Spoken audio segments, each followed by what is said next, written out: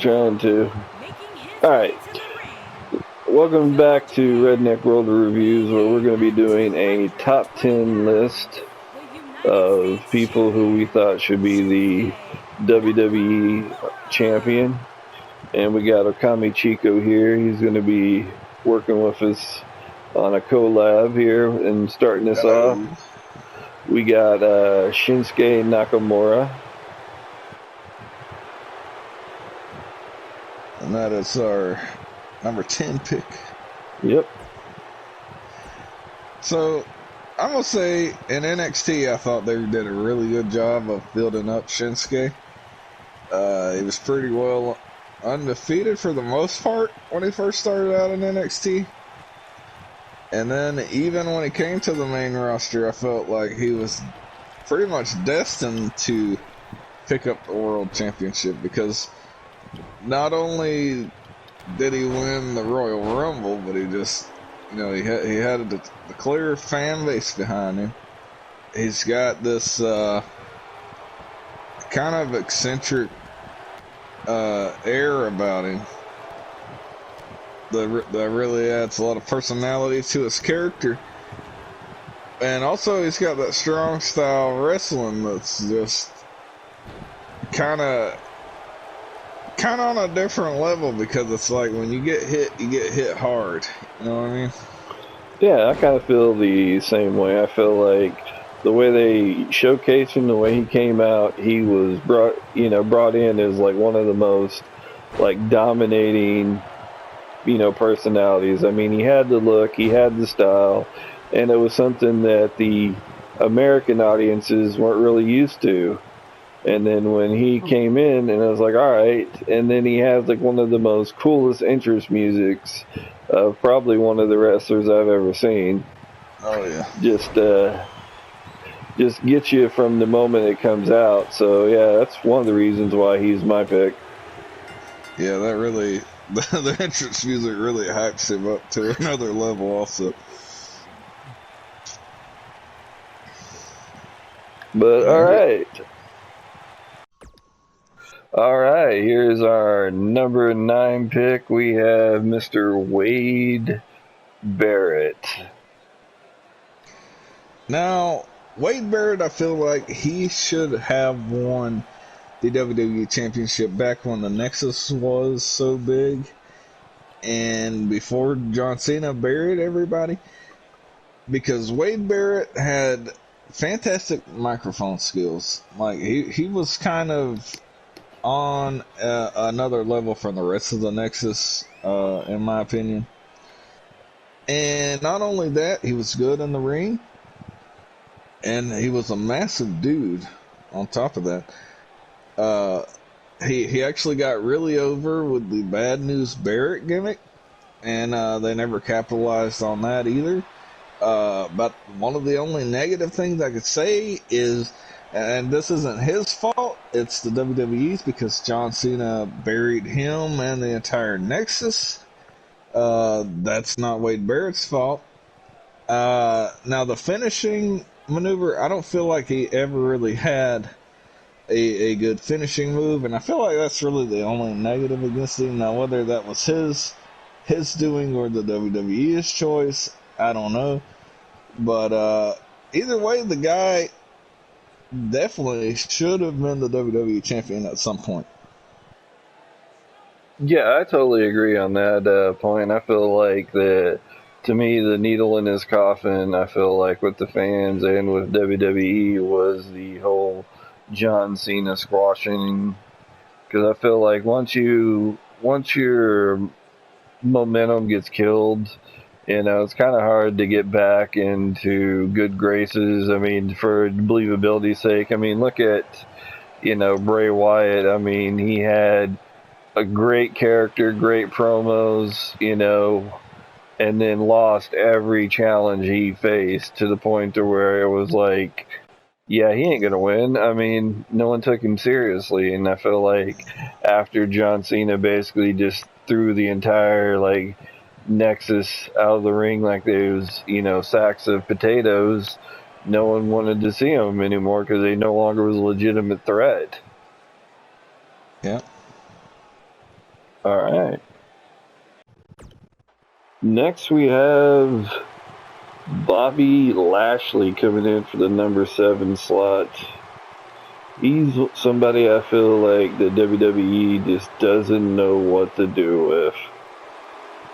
Well, I feel like they got a better handle on him now with the Hurt Business being so prominent on Raw right now. And I really feel like they should have capitalized on him back in the day, like when they did the Vince versus Donald Trump hair versus hair thing. But honestly, he was still green back then on the ring. Actually, after he went and did some indie stuff, the TNA, he got a lot better while he was on, or Impact, whatever it's going by these days. Impact most recently, I think. But since coming back to the WWE, he's been pretty solid, in my opinion. And with the Hurt Business stuff now, I think now's the perfect time to push him towards the top. Yeah, I kind of feel the same way. I feel like when he first started, it wasn't time, but I feel like since he's been back, I mean, he's been put into so many like high-profile matches that there's really no reason why they haven't pulled that trigger. I feel like what they did to him is what they did to like Strowman. Strowman, for the longest time, they dangled the carrot of the championship in front of him. That basically fans almost got tired of just waiting to see it, and then he became a joke for a long time. And I kind of feel like that's what happened with Bobby, with the whole him coming in, bending over, and having the hype man, and then the whole Lana fiasco. I just feel like it was just unnecessary shenanigans for a talented wrestler. I didn't feel like having Leo Rush necessarily was bad for him, but the whole Lana thing, I just don't think anybody really cared for that story whatsoever. That was just a bad creative and bad booking at the time. Yeah.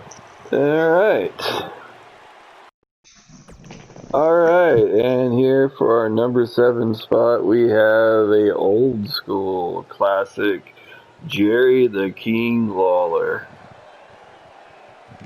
Yeah, I always felt like Lawler should have won it back in the day. But I felt like they almost gave it to him one time. He had a match, I believe it was on Raw, and he fought The Miz. Maybe it was a ladder match, I don't remember. But it seemed like they were really close to actually letting Jerry Lawler finally win the WWE title. And I was really hoping it would happen. And for the longest time, he never had a Mania match. And they finally did give him one, but it was with Michael Cole, so it was kind of like a throwaway match. Yeah. But yeah, I kind of feel the same way. I felt like he was definitely a great personality. He was underused. I mean, he was never what you would say a mid-carder. He was a guy that could, steal the show. And, I mean, and he deserved it. Just that one little taste of gold, I think, would have, been just a little something else on the old resume. You can do like what some of the other guys say, he didn't need it. Well, I mean, nobody technically needs it, but, I mean, it definitely helps. Oh, for sure.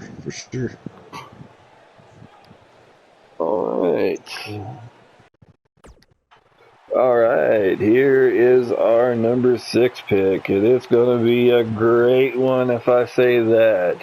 The legendary Ricky the Dragon Steamboat himself. Not much you can say that hasn't been said about this man. That's true. One of the all-time greats, especially in the ring. This guy was doing stuff in the 1980s that a lot of people would struggle even by today's standards to keep up with, in my opinion. He was a guy that was ahead of his time in the ring. just one of the most underrated wrestlers of the 80s to me. Yeah, I kind of feel the same way. I feel like, I mean, the guy was just, you know, tough and, you know, a presence. I mean, he had the physique.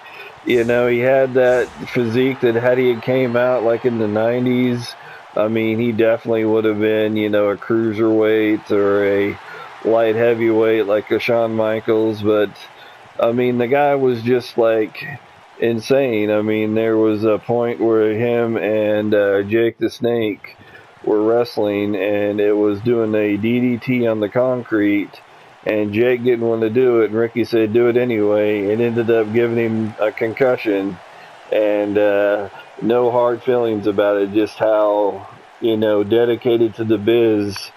And you can actually look that up. When his head hits that concrete, it sounds like a watermelon busting. And it is like, and that was done intentional, and you're just like, dang, I mean, this is what you don't see anymore. Yeah, and also, if anybody missed it, Ricky Steamboat actually had a pretty good resurgence some years back. Yeah, I say some. Could have been a good bit of years back, but Yeah. he actually had that feud with Chris Jericho that was pretty excellent. If anybody hasn't seen that, I would recommend it. Even in his, I believe he was in his 50s at that point. He was still tearing it up with Chris Jericho. All right.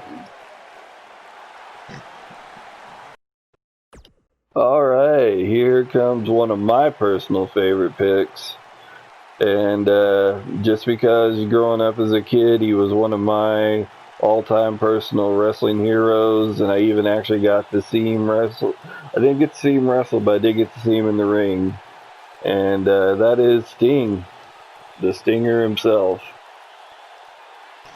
Yeah, and when you're talking about people that should have been WWE champion, you know, Sting, he never showed up in the WWE until the twilight of his career, really. And within the short time that he was actually doing in-ring wrestling with WWE, I think it was plausible for him to have won the WWE title. I mean, honestly, I felt like when he came in there, it should have been treated like one of the biggest deals that ever happened in WWE, because I think a lot of people, including myself, were kind of giving up on the idea that Sting would even sign with them in the first place. So, you know, things started going south. That WrestleMania, they had him lose to Triple H, was a huge mistake, in my opinion, and probably everybody else's for that matter.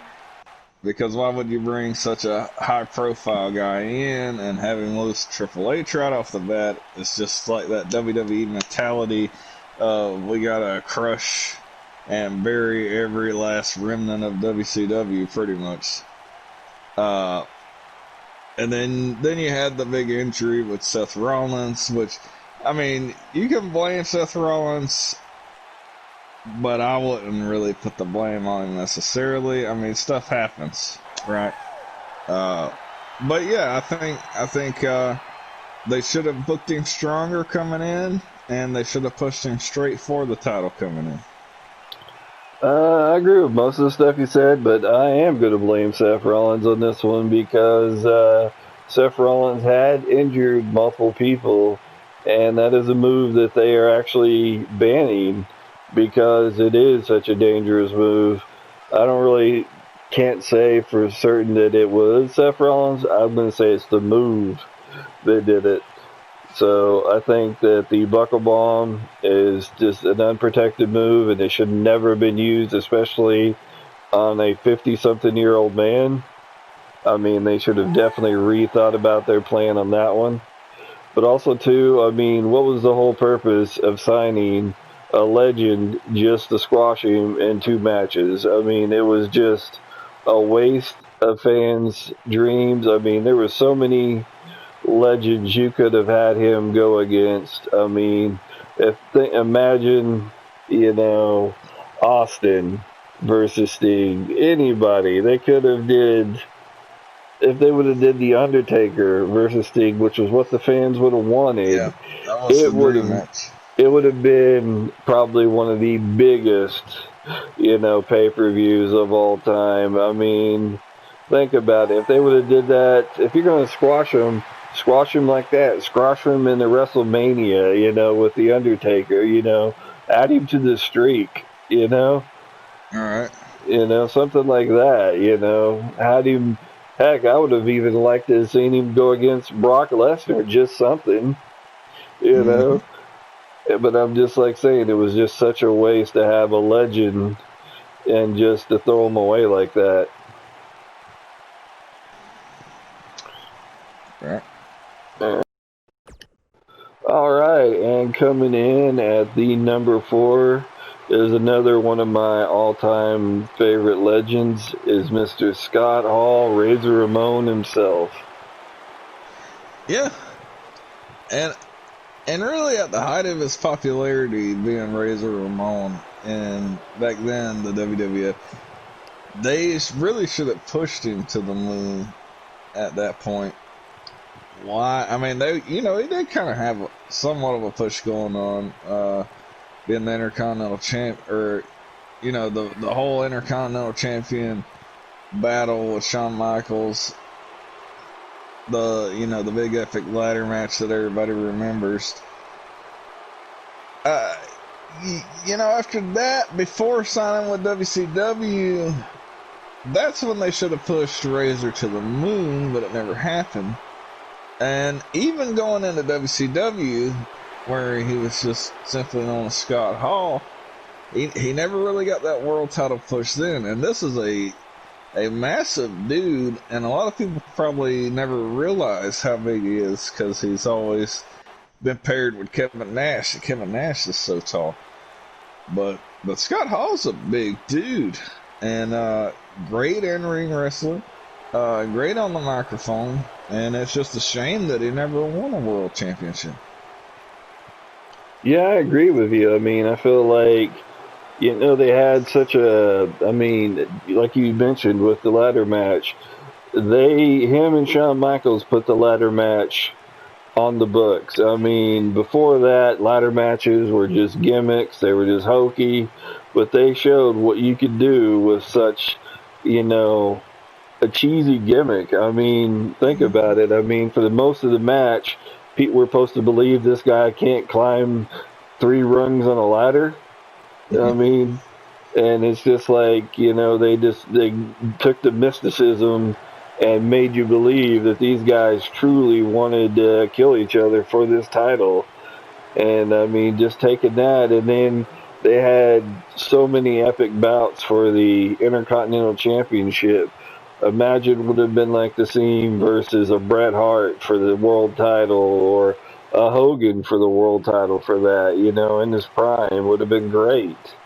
But, when he came back as part of the New World Order, but it was a little too far past in his prime, I think, for anyone to really believe that he would have been champion, because he had been struggling with his demons and stuff like that. And plus, too, they were a lot older, and it was just, they were more of a nostalgia act. And I kind of feel like that, had they'd used him when he was in his prime and put that gold on him, I think he probably would have stayed, and he might not have ever went to WCW. He might have, retired in the WWE, and it's just sad to know that could have been.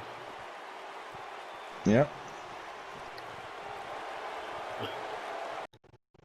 All right, and here is our number 3 pick, and I'm going to say probably one of the best picks, Mr. Roddy Piper himself.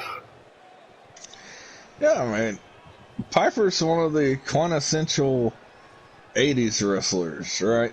Like, when you think of WrestleMania, when you think of old school WWF, Roddy Piper he's got to be one of, like, the top 5 guys that comes to mind, right? Dude was fantastic on the microphone, cut some of the best promos in the business. Just had this kind of wild aspect about him, but really captured the audience. He was a great villain. More than a face, I would say. He definitely played a fantastic heel, but at the same time, if he wanted to be face, he could do a good face also. He just had this kind of unpredictability about him that kind of set him apart from everybody else. Yeah, I kind of totally agree with that. I mean, I feel like the guy could play a character like none other, especially since how he had me believing all through my childhood that he was this wild Scottish psychopath and he was Canadian the whole time.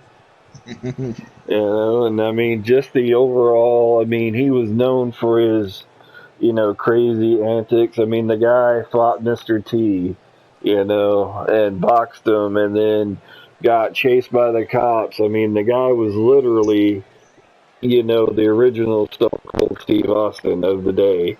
Because he had such wild, antics. And I mean, had he not had, a bout with cancer and stuff like that, I feel like his career could have been a lot longer than, what it was. And I feel like, even when he came back and he did some nostalgia stuff, I mean, it wasn't quite the same, but I feel like even up until his death, I mean, he impacted wrestling in such a way that not a whole lot of people have. Mm-hmm. All right, here is our number 2 pick, and I feel like a lot of people are going to agree with this one. Goldust, Dustin Rhodes Jr. himself. I feel like this is the guy that if anybody is going to do a top 10 list, he's going to be on it. I feel like a lot of people slept on Goldust. Like, he should have been the WWE champion many times over, in my opinion. One of the greatest heel characters, but no, because he could do a fantastic heel, he could do a fantastic face. He was one of the greatest WWE characters ever. In terms of just pure character acting, he really took Goldust and just ran with it. And not only did he have fantastic mic skills to back it up, you had a great gimmick that was unlike anything that had really been in wrestling at that point. But the dude can kick it in the ring like nobody else can. Even today, when he's in AEW at 50-something years old, the guy can throw around like he's freaking 20 years old, man. Like, it's kind of insane, really. Yeah, he's definitely like one of a kind, a legend, a second generation wrestler that, rose to the top and showed that, second generation wrestlers were nothing to sleep on. And I mean, just, look at like some of the matches he had. I mean, he's just basically been a staple of the WWE pretty much for the Attitude, all the way up into the late, 20s and, the 2020s. And it's like the fact that they just slept on him was just such a waste. I mean, look at him going to AEW at the age of 50 and putting on, a clinic with his brother that like nobody had seen in years, and just think that that's what they were sleeping on is just like, amazing how many of these wrestlers they had like him that they could have, booked gold with. Mm-hmm. And for our number 1 pick, we have the legend himself, Jake the Snake Roberts, the man who made a mistake and turned it into a wrestling move. Yeah. Now, before we get into the DT heavily, let's talk about the 80s wrestling scene, right? You had guys like Hulk Hogan and the Ultimate Warrior, and a lot of these guys, when they're cutting wrestling promos, they're just screaming at the top of their lungs, right? And a lot of times it's nonsense, especially in the case of the Ultimate Warrior. A lot of times you couldn't even make heads or tails of what this guy was trying to say. But now, Jake the Snake Roberts, when he cut a promo, it was like an intimate, kind of deliberate promo, at like a room voice level, right? Or sometimes even a whisper. Just how the way he conducted himself, he just seemed like he was an edgy character. I mean, besides bringing the Snake out to the ring with him. But not only was he a good character, and did he have such a great delivery with his promos, the dude could mix it up in the ring pretty well. And like you said, this is the guy that put the DDT on the map. Yeah, not only was he the originator, the creator of the DDT, he was actually in the first ever ladder match, as we was talking about ladder matches before. He's actually in the first ever. And, I mean, just the guy pioneered wrestling, in the business. And you said, I mean, this is the guy that created the wrestling promo. I mean, he would sit there and talk in the camera and give you chills, just that monotone, thing, and just his pitch, his voice, his composure. I mean, and I mean, the guy was dominant and huge. He was the son of a second generation wrestler who was, a gigantic man himself. So, I mean, he just carried it into the ring with it. And, I mean, the guy had like some of the most legendary matches. I mean, just look at the Macho Man where he put the defanged cobra on his arm, and it like bit his arm and blood, and looking at Macho Man scream, and the audience and the announcers freaking out. I mean, that's just you couldn't have had it without Jake the Snake. Oh yeah. Alright, this is our list, and we appreciate you guys for watching it. If you guys agree, like, share, subscribe, comment down below, rant with us, and we will get back to you on it. Thank you guys. Oh, yeah. And if you had some different picks, let us know in the comments. We'd love to hear them. Of course, there's a lot of good choices we left out, and who knows, we might revisit this topic on a later date. All right, you guys have a good holiday.